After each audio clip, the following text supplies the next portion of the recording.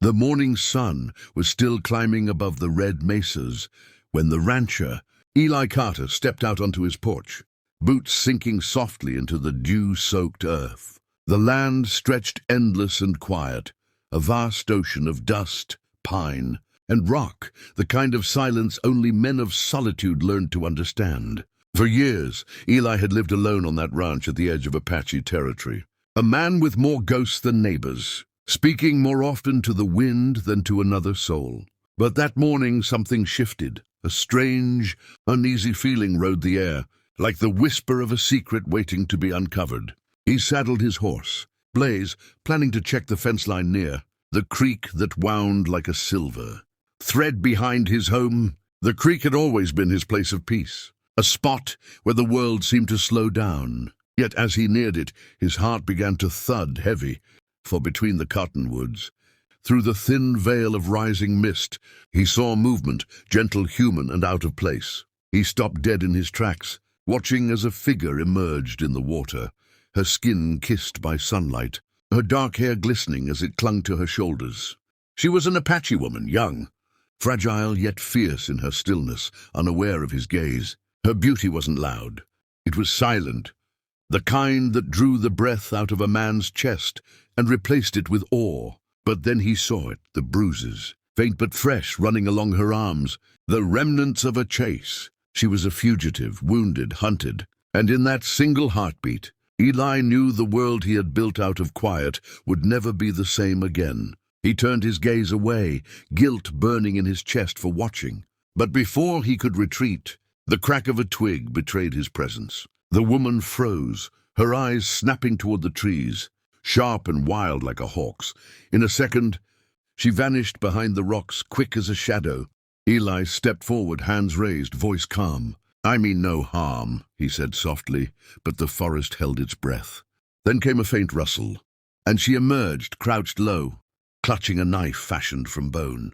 Her breathing was ragged, eyes narrowed with the kind of fear that comes from running too long.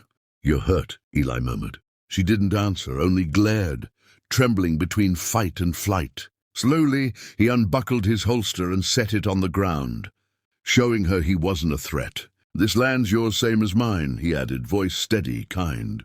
For a long moment, neither moved. Then her knees weakened, and she swayed, the knife slipping from her hand. Eli caught her before she fell, her body cold, fragile as rain-soaked feathers. He lifted her gently, carried her back to his cabin, the creek whispering behind them like a witness to a fate neither understood.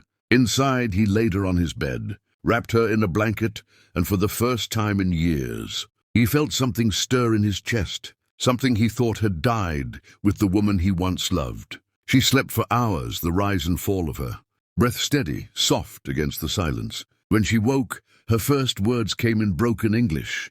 "You should not help me." Her voice trembled with pride and pain. Eli leaned back in his chair, his hat tilted low, eyes fixed on the fire. "You're safe here," he said simply. But she shook her head, eyes glistening. "No one's safe from white soldiers." Her words hung in the air like smoke, heavy with sorrow. That's when Eli understood she wasn't just a fugitive. She was the last survivor of something cruel, something buried in the borderlands between justice and revenge. As the night deepened, she told him her name, Nayeli, and her story came like wind through broken glass. Her village had been raided 2 nights before. Her family gone, her people scattered. She had escaped by the mercy of darkness, running until her legs failed her. "They think I killed a soldier," she said, eyes distant. "But I only tried to save my brother." Eli listened, every word tightening something in him.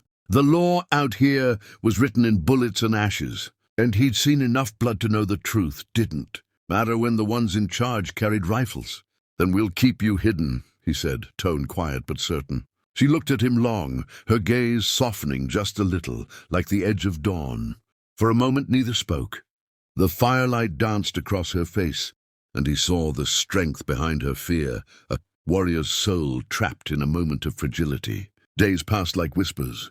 She helped him mend fences, cooked over the fire, and sometimes sang in a language the wind seemed to recognize. In return, he taught her how to ride, how to trust the silence again. Yet every time she smiled, something in Eli broke a little more, because he knew she didn't belong to his world, and his world would never let her stay free. But still, he couldn't stop himself from protecting her, from watching her like the sunrise he feared would disappear too soon. One evening, as the sky burned crimson and the sound of coyotes echoed over the valley, Nayeli stood by the creek again, her reflection trembling in the water. Eli walked to her side and she turned, eyes deep as the earth. "Why do you help me?" she whispered. He didn't answer at first. The truth was simple, but too heavy for words. Finally he said, "Because the world's been cruel long enough." Her lips trembled, then curved into the faintest smile. For the first time, the rancher who had lived among silence felt peace, not from solitude, but from seeing her alive, safe, unbroken. But deep down, both knew peace in this land never lasted long. Somewhere beyond the hills, the riders of law and vengeance were already following her trail, and the creek behind his home would soon bear witness to more than beauty. It would taste the price of mercy.